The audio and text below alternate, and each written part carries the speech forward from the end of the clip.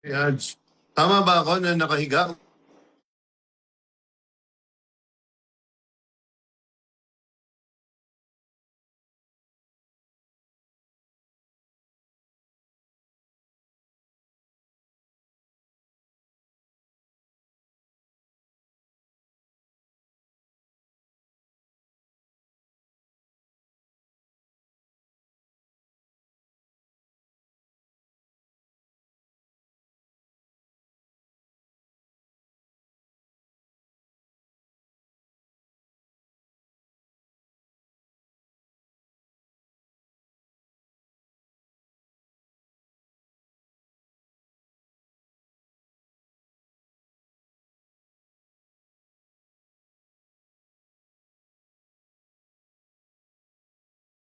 Po in live stream. Shall we start?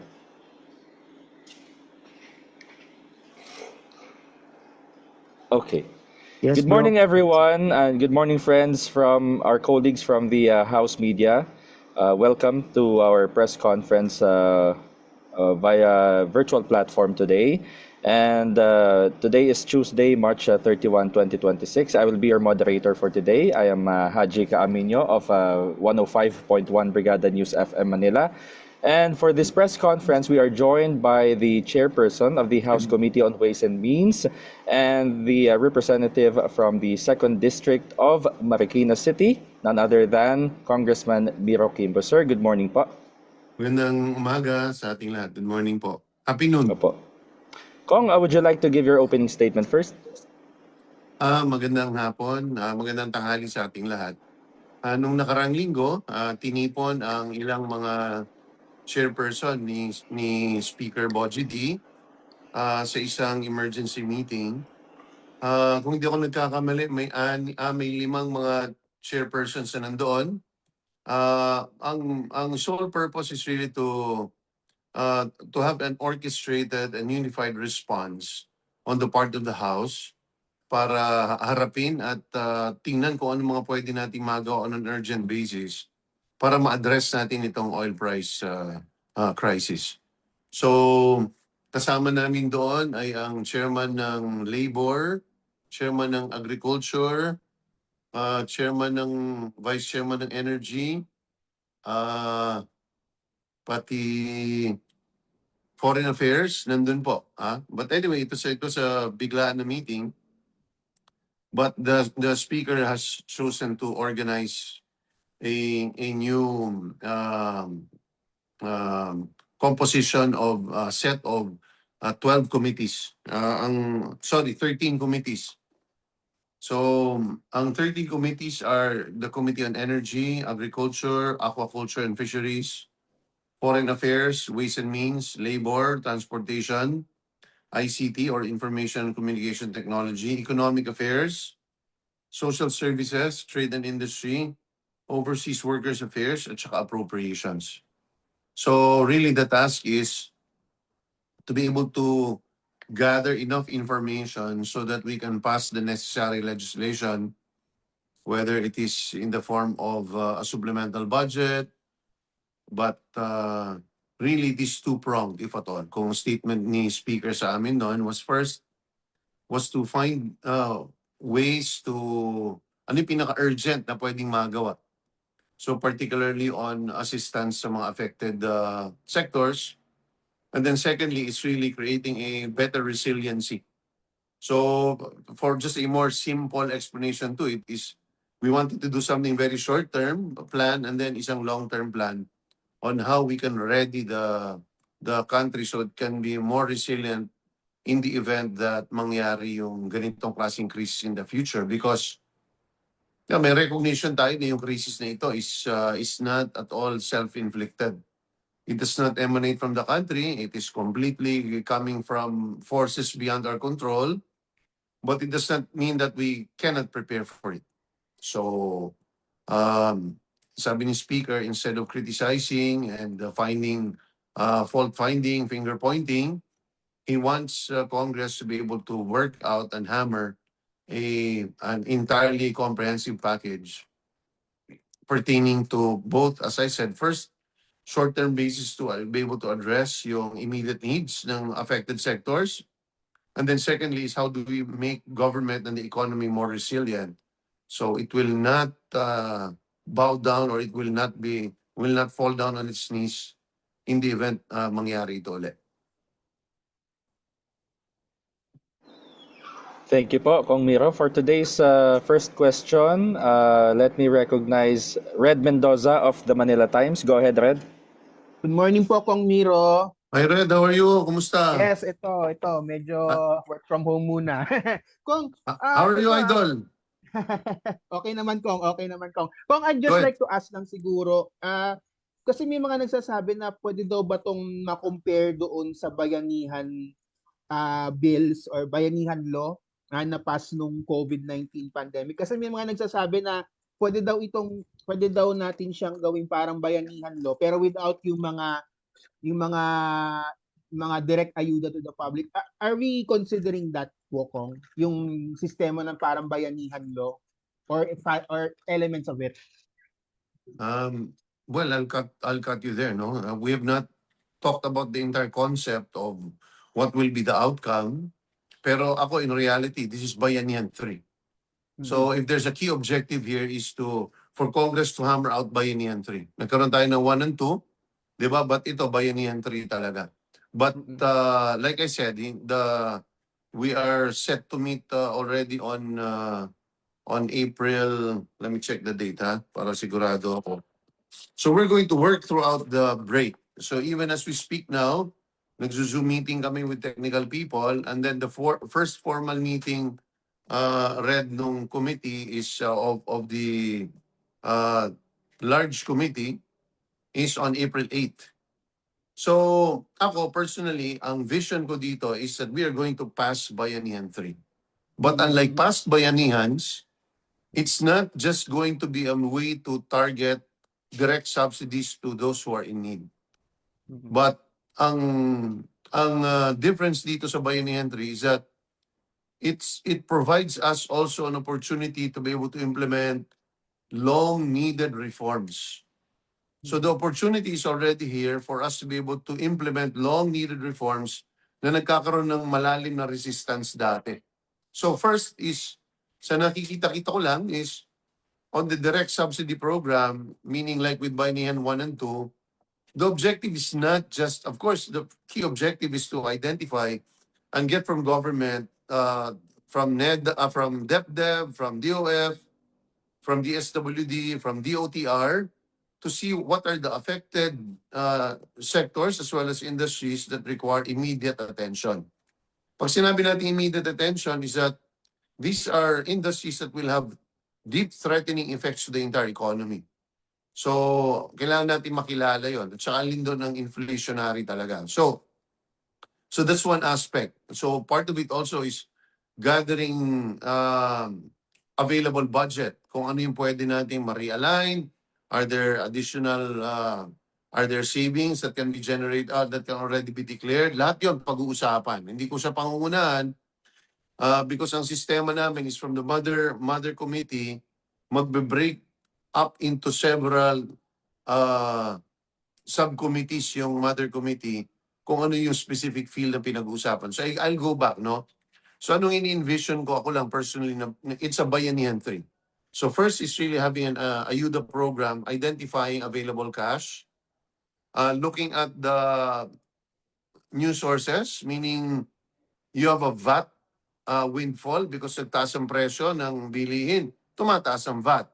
Kailangan makuha natin yung windfall na yon at maitulak siya, maibigay dun sa mga sectors where it is actually needed. Because, tax revenues are great, but they're only as great if they fall into the hands of those who need it.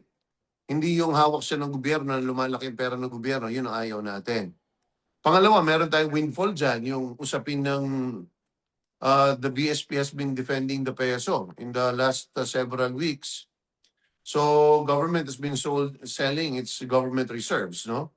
To be able to do that, many of those reserves, ang bilyon at 54, 55 pesos. Ngayon, binibenta at 60 thereabout. So may windfall din yan.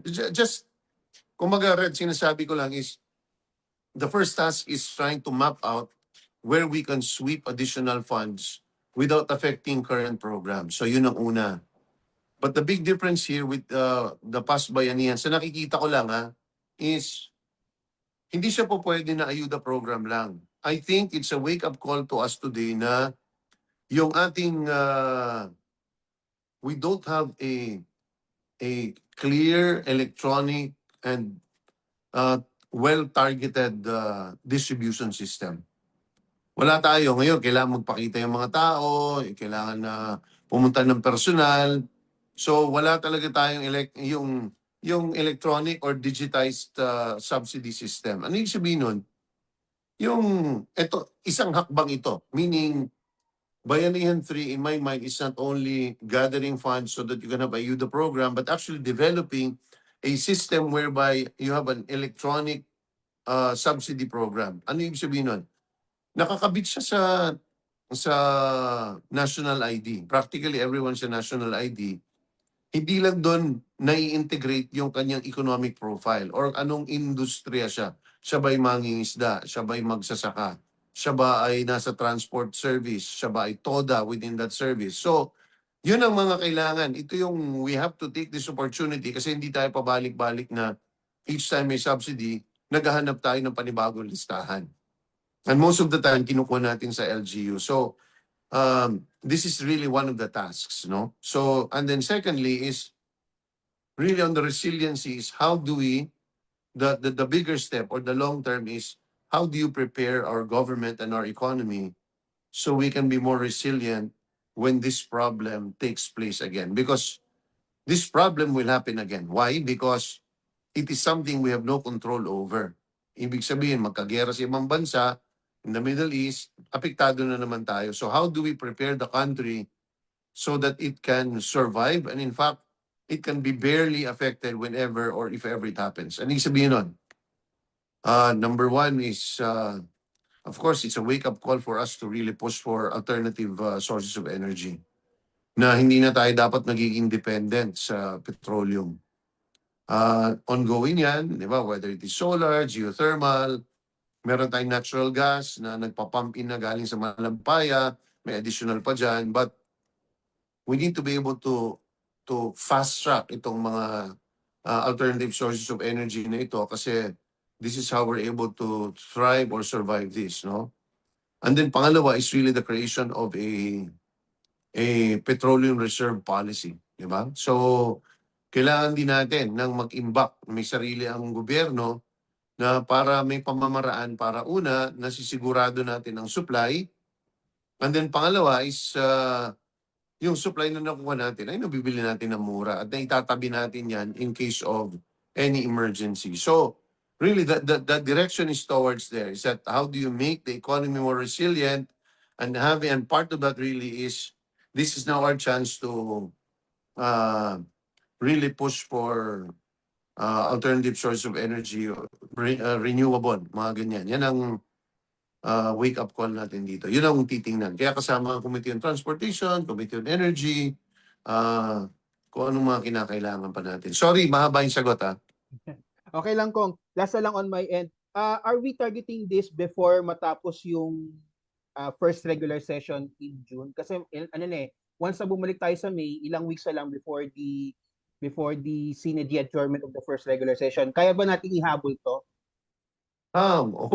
Hopefully may habol natin din. Kasi ang CND natin, if I'm not mistaken, is around mga first week of June ang adjournment pa natin, no? So, we have more than enough time, I think, to be able to do that. Kasi marami na existing legislation Marami na existing policies that require legislation. At dun kami, that's where we come in, no? As far as the executive is concerned. Kung saan ba kami makakatulong para mas maka-respond sila better, more efficiently, at mas mabilis pagdating sa ganitong klaseng crisis. Ang sabi ni Speaker is, let's stop the finger pointing, let's stop the blaming, let's find solutions to this problem. That's what Congress is going to do. Okay, Kong, thank you. Salamat, Red. Thank you, Red. Our next to ask her questions is Lianes Cafanti of GMA News Online. Nasel? Hi, sir. Good morning po. Agnieszka, Yes. kumusta? Apo, good morning po. Okay lang. Sir, yung sa first question ko po, yung nature lang siguro ng mga magiging aid under this Bayanihan 3. Parang ano ba ito? Parang katulad nung SAP na lahat ng households with income less than 10K a month, pasok kasi doon sa SAP during the pandemic, so nabigyan. Ganun, are we looking at that same scheme na considering yung income, household income, monthly household income? Pag 10K pababa, pasok. Otherwise, hindi kasama. Ganun ba yung magiging approach or lahat ng income class meron? Kasi parang yun yung lingering criticism sa government na laging ano lang, DE lang or poorest of the poor lang yung may ayuda while the rest yung middle class na parang one hospitalization away from being poor, walang aid, ayuda from the government. Parang ganun po rin ba sir yung tinitignan this time? Or how is it different from the SAP that was given during the pandemic? Okay, so I want to create a clear dichotomy, Nesca, no, between what happened during the pandemic as against today. So the pandemic was really worse as far as we are concerned because napaka-indeterminable noong situation. Hindi natin alam kung magkakagamot, magkakabakuna, gaano ba siya katagal na mag-stay. So practically doon, the entire economy went to a halt. So hindi makalabas ang tao and it really necessitated a massive ayuda program. So iba ang konteksto ngayon. Ako like I said, ayoko pangunahan muna pero kung ayuda ang pinag-uusapan, this is really just one part of Bayanihan 3 na if I for lack of a better term, no? So it cannot just be ayuda centric. In fact, ayuda as far as what the speaker wants is not even 15% of the entire package that he wants. So, number one, sino bang bibigyan ng ayuda? We will have to consult with our economic managers first, as well as the SWD. Second, we need to know ano yung distribution system that's available. And then third, how much money is available? So, but definitely, ang purpose dito is trying to address such that sectors that will practically might not survive, like transportation, dun talaga tayo unang magbibigay ng direct na tulong. Kasi yun ang epicenter ng krisis. Dahil kapag nagmahal, hindi sila makakabiyahe, wala tayong pambiyahe, magmamahal lalo ang pagbiyahe ng mga goods. So dun natin gusto magkaroon ng intervention such that we're able to, kumbaga, I don't want to sound too technical or heartless, but really, the direction is to make sure that whatever aid we do is for the purpose of making sure that prices don't spiral. So nagsispiral ang langis dahil wala tayong control dyan. But langis is a major component of many products in the household. So paano tayo makaka-intervene using whatever available funds we have such that the impact of fuel will not be substantial na magkokos siya ng inflation sa lahat ng mga produkto across the board. So, yun ang magiging direksyon ng ayuda program dyan. Kung ano yung makakapagpapigil or at least makaka-assuage o makakapagpabagal ng pagtaas ng presyo ng mga bilihin. So, pero more important in Nesca is we want to take this opportunity with Bayanihan 3 really as a way by which we can make the country more resilient pagdating sa energy. Ibig sabihin, ito na yung opportunity para i-push natin ang renewable energy pagdating sa transportation. Tagal natin dinidelayan. Yung pag-mandate sa gobyerno na baka pwede electric or hybrid vehicles na ang gobyerno. These are things within our control. Pwede pa tayo magbigay ng panibagong mga tax breaks or subsidies pagdating sa mga industriya na nagpo-produce ng electric vehicles. Ito yung mga importanteng mapag-usapan. What about yung making sure na yung ating mga power plants are less dependent on, do we again have to give incentives para dun sa gumagamit ng renewable. So, ito ang gusto ni Speaker, mas long-term yung ating magiging response pagdating sa krisis na ito. Sir, follow up lang doon. May price freeze on the table ba? Price freeze on certain products? Hindi pa pinag-uusapan. Hindi pa pinag-uusapan yan. Ayoko pangunahan ng Committee on Trade dyan, tsaka yung committee as a whole. But ako, I've never been a fan of freezing, especially sa oil, no? Kasi kapag hininto na natin yan, baka mamaya magandang intention natin, pero nakita natin sa karanasan sa kasaysayan natin na kapag freeze mo, ang selling price sa abroad is at $120 per barrel. Pipilitin natin sila magbenta ng below that, hindi sila magbebenta. At kung walang magbebenta, not only are we going to have a problem of rationing, but more importantly, dahil konti ang binebenta, basic law on supply supply and demand, magmamahal siya. So nagiging counterproductive siya.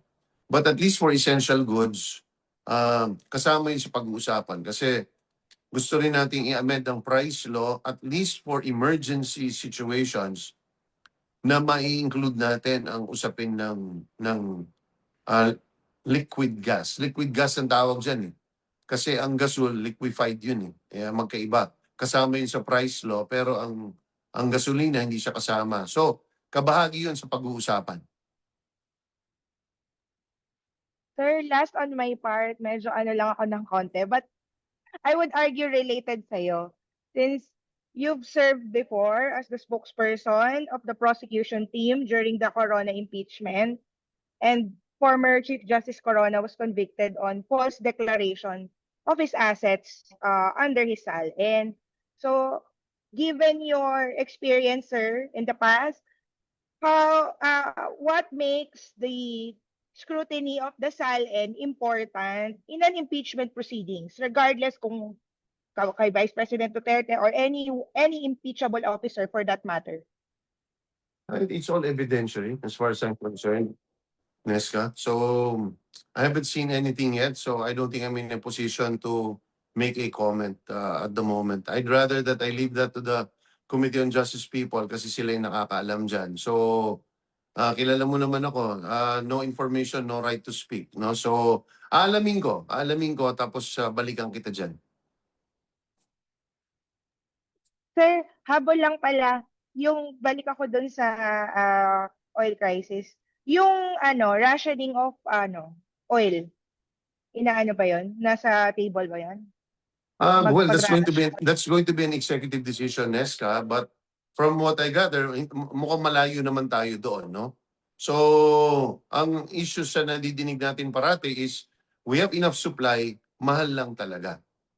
So, I don't think that's on the table right now. But like I said, ayoko pangunahan is, sabi nga ni Speaker, is let's gather all the necessary information so we can come up with the right decision. So let's not call on the executive para pagalitan natin sila kasi andito na eh. Diba? Nasa crisis na tayo. So ang importante dito is paano tayo makakahanap ng solusyon? Ano maitutulong ng Kongreso? Sabi ni Speaker, hindi tayo pwedeng sitting idly by while all these things are happening. So kahit naka-break tayo, kahit Holy Week, magtatrabaho tayo kung kinakailangan. Thank you, sir. Thank you, ma'am. Thank you, Nacel. May follow-up question lang po si Bernard Tagino of Abante with regards to Red Mendoza's questions a while ago. Okay, Bernard? Good morning, Hong. Good morning, Kuya Bernard. Yes po. Doon sa Bayanihan 1 Pero- and 2 kasi, doon sa Akala- Hello? Yes, go ahead. Doon sa Bayanihan 1 and 2, inutang lahat ang ginamit doon. Dito sa Bayanihan 3, uutang pa rin ba tayo? Sa pagkakaalam ko, hindi kailangan. Because government now has enough cash to be able to sustain a program that can help control inflation. So today, ang cash position ng gobyerno, hindi alam ng marami. We are actually net positive for the first quarter. We have been able to collect or uh, collate money na double than what was accomplished in the first quarter of 2025. So, sa tingin ko hindi. Sa tingin ko hindi. But again, it's going to be the call of the executive kung anong kinakailangan. Kasi kailangan mo balansehin yun di ba? Parang nasa negosyo tayo. Ang pagpapatakbo ng ekonomiya ay parang isang negosyo. Hindi po pwedeng you be satisfied with whatever money you have available. Kung alam mo namang para mag-survive o para mas lumaki ang kita, kailangan mo rin umutang. Walang negosyo hindi umuutang. Wala rin gobyerno hindi umuutang. So kailangan ng pag-utang. Ang importante lang is that it's managed well, it falls within the targets of government and its finances relative to deficit, at hindi siya sumusobra kumpara mo sa entire GDP. So, right now, mataas ang ating debt to GDP. Kung di ako nagkakamali, nasa 63% or a little less than 64%.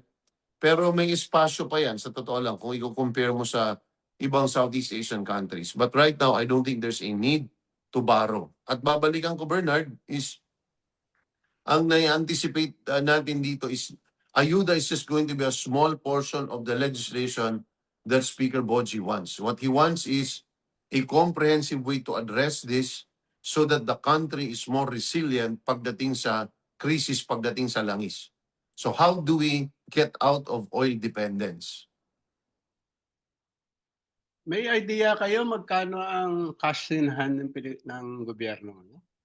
Balikan kita dyan. Meron na, hindi ko na siya hawak ngayon, Pero nakikita natin yan sa website ng Bureau of the Treasury, sa BTR. Nakikita ninyo doon yung cash position ng gobyerno relative sa collection. Bakit magkano ang kailangan sa ayuda talaga? At Wala akong estimate diyan. At tingin ko, Bernard, yan ang kinakailangan natin malaman relative sa iba't ibang ahensya. Kasi bawat ahensya may pinanghahawakan na apektadong sektor. So pag pinag-usapan ng transportation, ito ay ang DOTR. Pag pinag-usapan ng jeep, LTFRB ang may hawak dyan. Pagdating sa mga tricycle, TODA, LGUs ang may hawak dyan. Pag pinag-usapan ang usapin naman ng mga magsasaka, DA yan. Pag fisher folk, sa kanila din po yan. So, marami. Tapos meron pang isang aspeto na pwede tayo makapagdala ng tulong kasi ang problema ngayon is wala tayong malinaw, scientific at saka very reliable ayuda targeting system sa buong Pilipinas. Meaning, that covers everybody. Of course, may 4Ps tayo, poorest of the poor. Pero meron tayong mga alternative ways to determine. Halimbawa, yung mga nagbabayad ng lifeline rates lang. Ibig sabihin sa kuryente. Ito yung mga taong, I cannot remember the exact figure, na nagbabayad ng less than, kung di ako nagkakamali, kung ilang kilowatts, less than 1,000 pesos a month para siyang lifeline or 800 pesos. So, magagather natin yan sa lahat ng electric co-op, hindi lang sa Meralco. Alam natin kung sino yung mga yan. Merong mga bank account yan. Merong kabisado yan. So, that's also one way kung paano natin maibababa ang ayuda dun sa mga hindi poorest of the poor, pero as stated earlier, is just one step away from becoming poor. Ito yung mga nasa lower middle class. So, yun ang mga pag-uusapan kung papaano. But in the end, we need to be able to create a subsidy system na reliable, electronic, at mabilis na dadala ang pondo dun sa nangangailangan.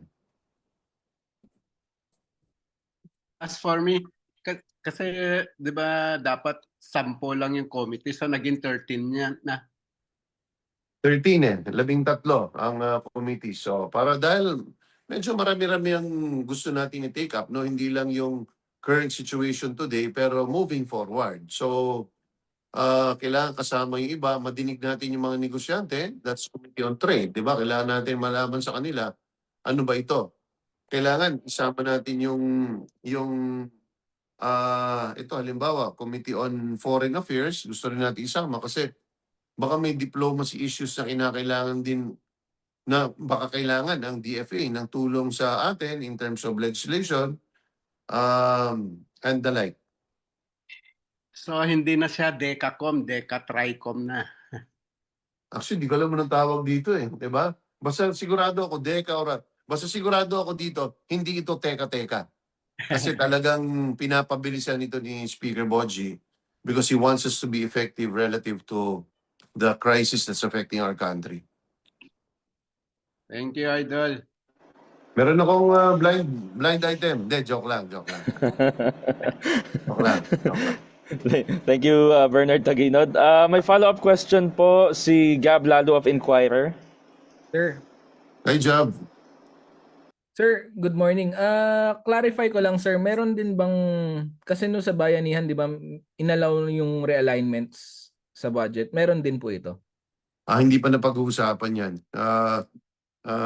We're not even there yet. So we don't know. But like I said, we just need to determine first ano yung means of intervention that are needed at ang criterion is giving aid to sectors or activities that are inflationary. So paano tayo makaka-intervene doon such that yung pagtaas ng presyo ng bilihin ng petrolyo madadampen or malilesen natin yung effect niya on the prices of all other commodities. Sir, attainable ba yung aid sa yung response kung sakaling walang realignments? Kayang pondohan? Jack, hindi ko rin kabisado right now. No? That's why we need to do the hearing so we can find out if what is actually needed. And then pangalawa is may pondo ba tayo para doon. But certainly, ayaw natin mapunta doon sa pag-utang because that's not on the table right now. Thank you, sir.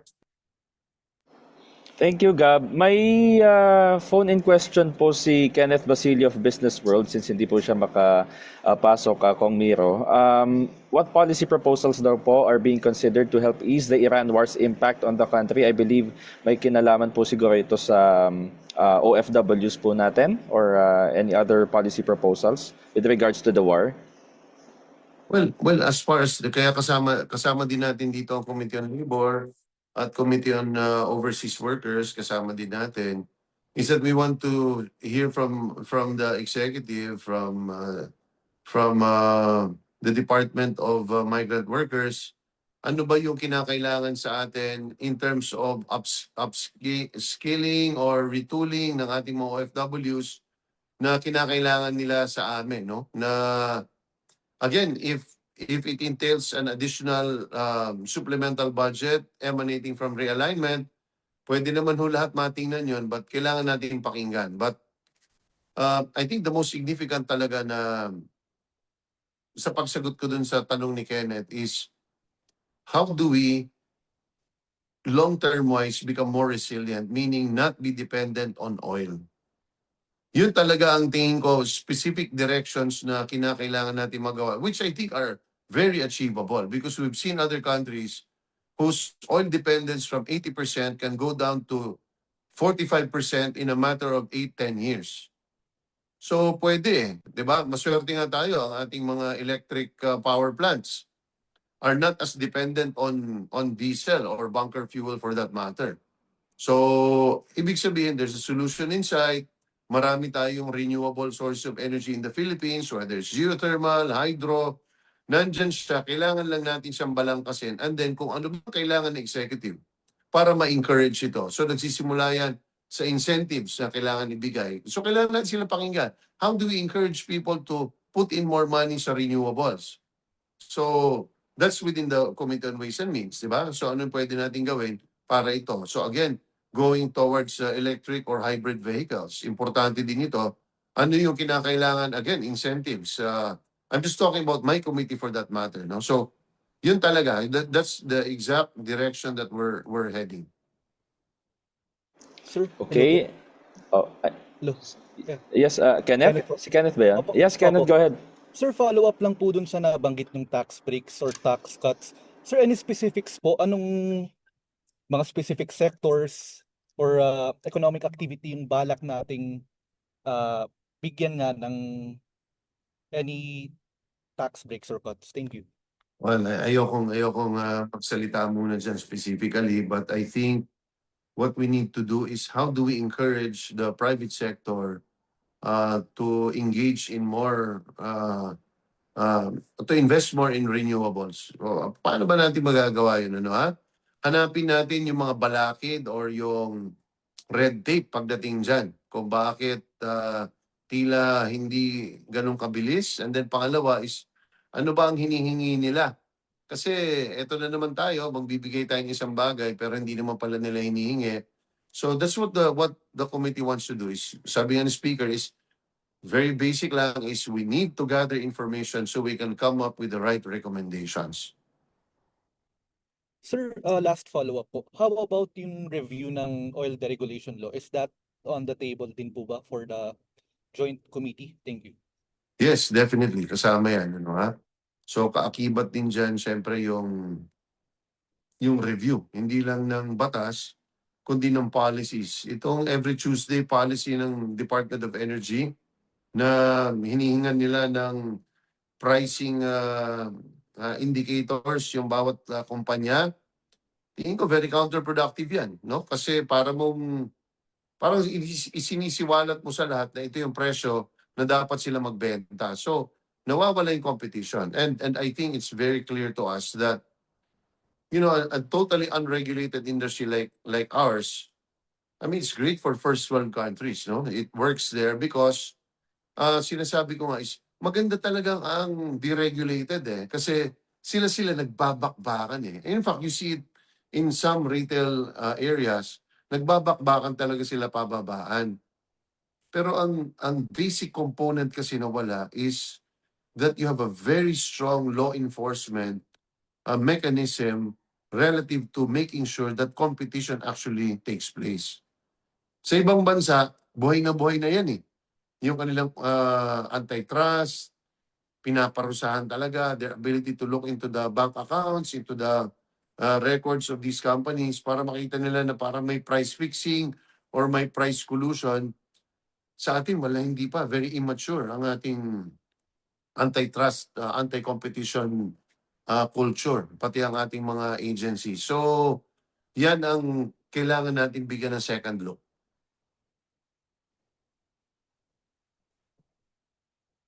Okay, Kenneth? Okay. Okay na po. Next po ay si Marian Enriquez of TV5. Man, go ahead. Good afternoon, Kong. Ay, ma'am. Yes, sir. Follow up lang din po kasi aside from po dun sa oil deregulation law, nasa table din po ba yung pagsususpend po nung 12% po na VAT? Kasi nga po, di ba, mas malaki raw po kasi sana yung maibabawas ito kung ito po yung sususpendehin doon, aside dun sa excise tax po dun sa fuel. Well, everything's on the table, Marian, no? Wala tayong tinatanggihan. So kasama yan sa pag-aaralan kung po pwede, will it be productive or counterproductive? Yan lang naman ang atin. So tatandaan natin na the suspension of the excise tax is really just a small component of the government's response, no? So pag pinag-usapan kasi yung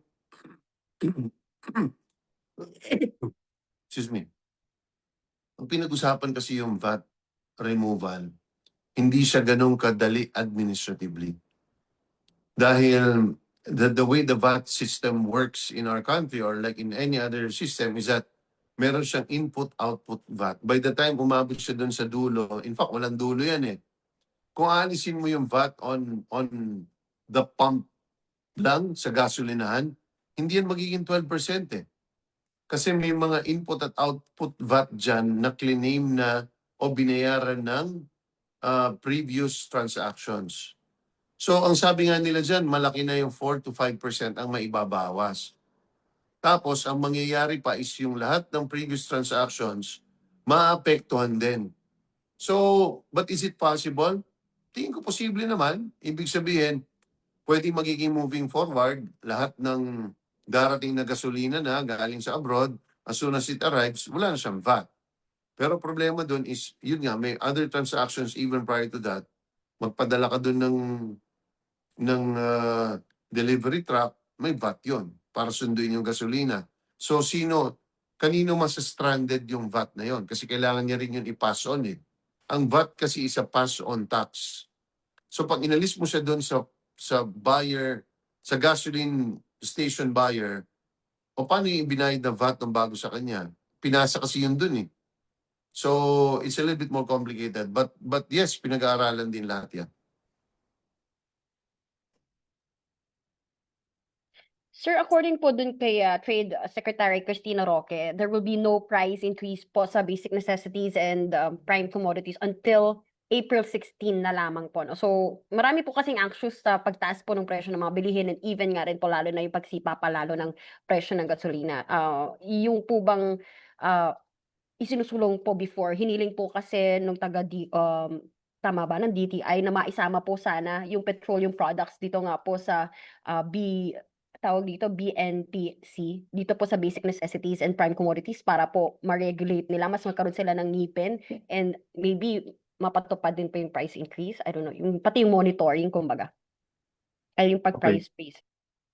Tama. So, ang isang bagay na hinihingi nila nga dyan is yung price control law ay hindi nga kasama dyan ng mga gasolina. So, kabahagi yon sa pag-aaralan natin. Kasi, importante siya dahil hindi rin nila ma-monitor kung hindi siya kasama dun sa price control law. Bakit? Kasi, kukunti lang naman ang empleyado ng DTI sa totoo lang. But they're only able to enforce yung kanilang mandate because they have the power to deputize ang ating mga local government units using the price price law or price. I can't remember the exact law. My apologies, but that entirely empowers them to deputize ang LGUs. But because ang gasolina is not part of the listing there, hindi nila ito magamit to be able to compel LGUs to monitor and strictly check kung talaga bang hindi inaabuso ang presyo. So, isa ito sa bahagi o isa sa mga bagay tingin natin ay quick and dirty, meaning mabilis siyang magawa para ma-empower sila. It just requires e-legislation. So, kabahagi yan sa ilalagay din natin dito.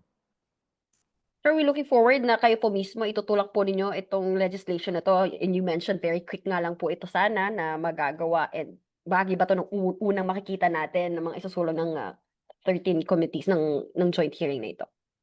Yes, definitely. Pero ang malinaw, Marian, is ayaw natin ng piecemeal legislation. So sabi nga ni Speaker dyan is we want something very comprehensive that will make the economy really more resilient at hindi na tayo bigla-bigla na lang nadadapa kapag may ganitong napakabigat na pagtaas ng presyo ng langis. So I don't anticipate that we will do piecemeal, maybe if at all in phases. Diba? Yung pinaka-urgent natin is yung ayuda program as well as yung ayuda system that needs to be put in place. And then second is ano yung law enforcement additional powers sa kailangan ng gobyerno for them to be able to address increase in prices or even regulate the petroleum industry. Ito po yung mga bagay. And then third, of course, is really how to create an environment that we provide the necessary incentives and friendliness to renewable source of energy. Last na lang, sir, yung Makabayan Yes, ma'am. Block, they released a statement. Sinabi po nila na hindi pwedeng joint hearing na special para sa cartel. Dapat special para sa mamamayan. They're pushing for bills nga po to regulate the downstream petroleum industry and repeal the oil deregulation law, as you mentioned kanina, pati pa yung pag-establish ng real price regulation and transparency through unbundling and disclosure of profit margins, adopt centralized procurement mechanisms to reduce vulnerability to price manipulation and supply shocks. Dapat daw po malinaw yung gasto sa tubo sa bawat litro at dapat may kapangyarihan ng Estado na pigilan ang garapalang taas presyo. Hindi sapat ang price checks kung deregulasyon ang ugat at kartel ang nakikinabang. Your comment, sir. What was the first part? Anong hindi sufficient ang ano? Sabi mo sa una, sabi Hindi ng raw- mga bayan, hindi Hindi raw sufficient. po pwedeng joint hearing na special para sa kartel, dapat special para sa mamamayan. Huwag silang mag-a-attend, ha?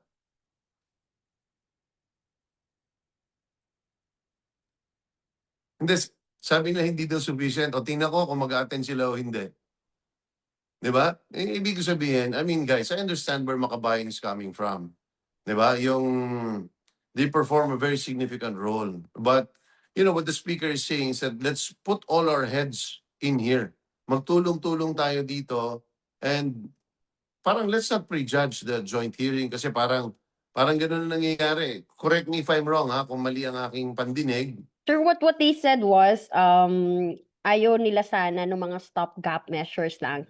What the people need is urgent, decisive legislation that directly lowers prices, stops profiteering, and dismantles the failed deregulation framework that has enabled cartel behavior for decades. Hindi pwedeng joint hearing na special para sa cartel. Dapat special para sa mamamayan.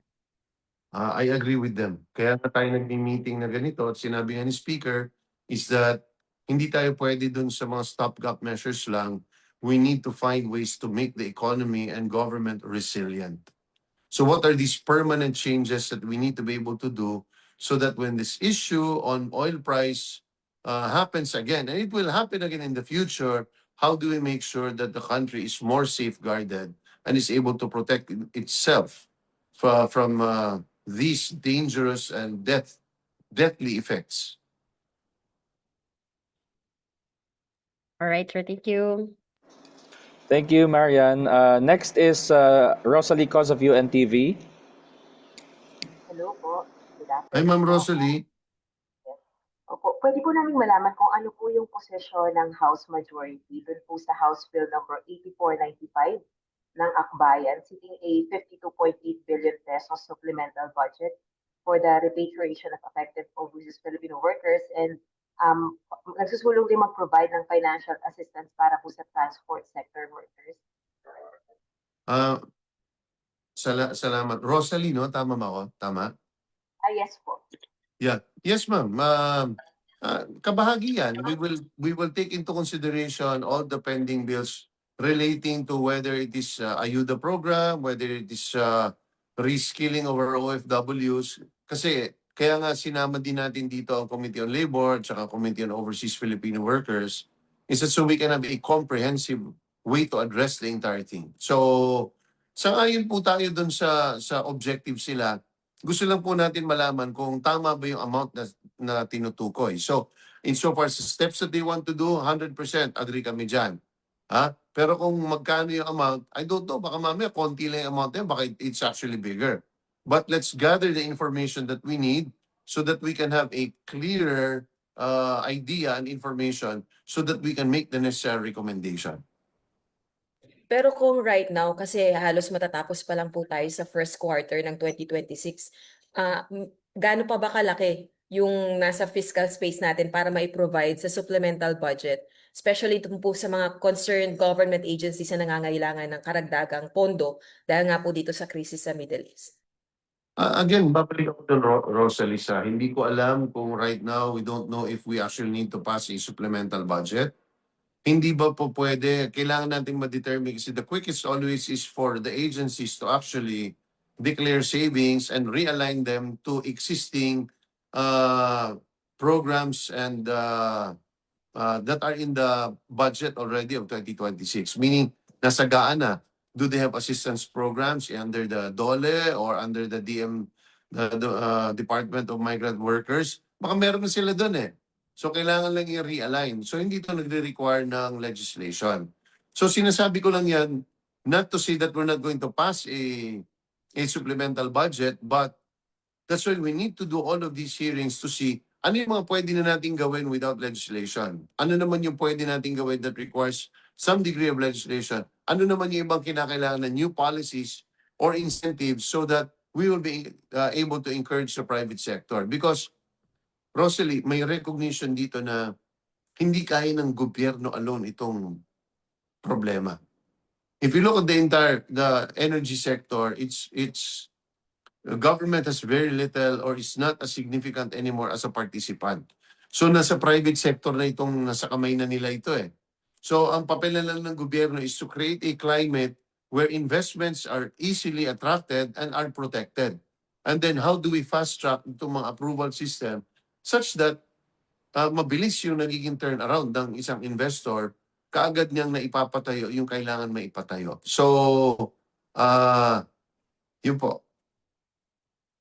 Alright po. Okay, kung meron na rin kayong mga nabanggit na mga points dito po sa susunod ko pong tanong. Pero ang Senate po kasi nakapagsagawa na po ng hearing almost a week ago regarding po dito sa kinakaharap nating krisis kung saan natukoy po na yung mga government agencies at ang ating pamahalaan wala pong coordinated action at naging reactive na lang dun po sa epekto ng Middle East crisis. Kung, dito po sa hearing na isasagawa ng House of Representatives, ano po particularly yung pinaka gusto nyong marinig sa mga ahensya po ng pamahalaan at gustong matukoy mula sa kanila?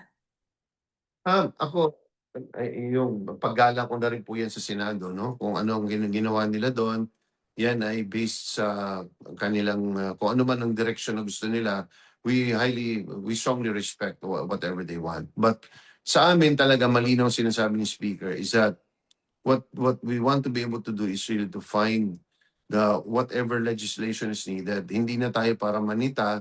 Of course, kikilatisin natin at i-evaluate natin lahat ng mga representations nila sa atin, pati yung mga datos. Kaya nga nagtutulong-tulong ang 13 committees dito para makahanap ng kung ano yung makatotohanan talagang paliwanag. And then pangalawa is, ano yung mga kinakailangan nating batas para ma-resolve ba ito.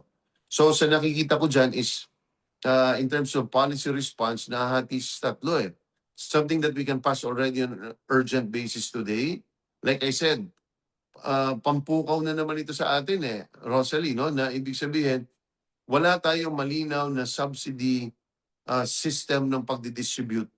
Una, pagta-target ng tao, above the poorest of the poor. 4Ps meron tayo. Pero sa taas nun, o sa iba't ibang sektor, wala tayo nun. So, wake up call ito pagdating sa atin.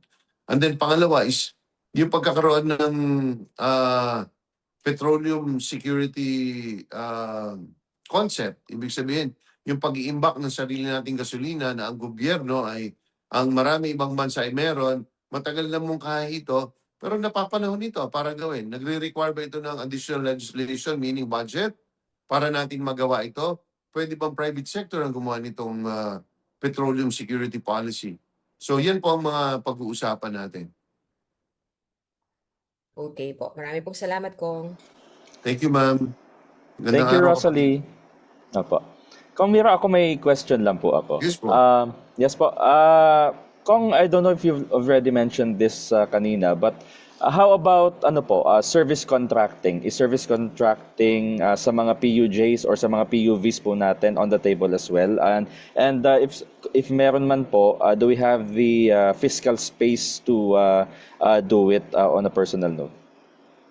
Again, dalawa yung tanong, no? So, is that on the table? Of course, it's on the table. Anything, like I said, that requires us to be able to make our transportation sector survive.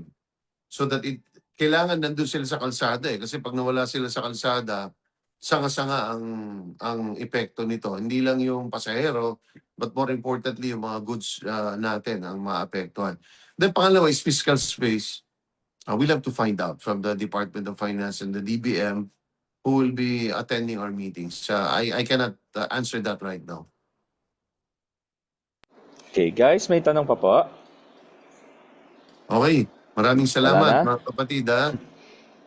Okay. Wala na. Mag-iingat muna ako sa mga... Okay. Thank you, sir. Thank you, sir. Okay, guys, salamat ha. Nesca, Well, thank everybody. you. Yes po. Salamat. Salamat. Thank you Ingat so kayo, much. guys. Opo, So, Kong Miro Kimbo. Thank you.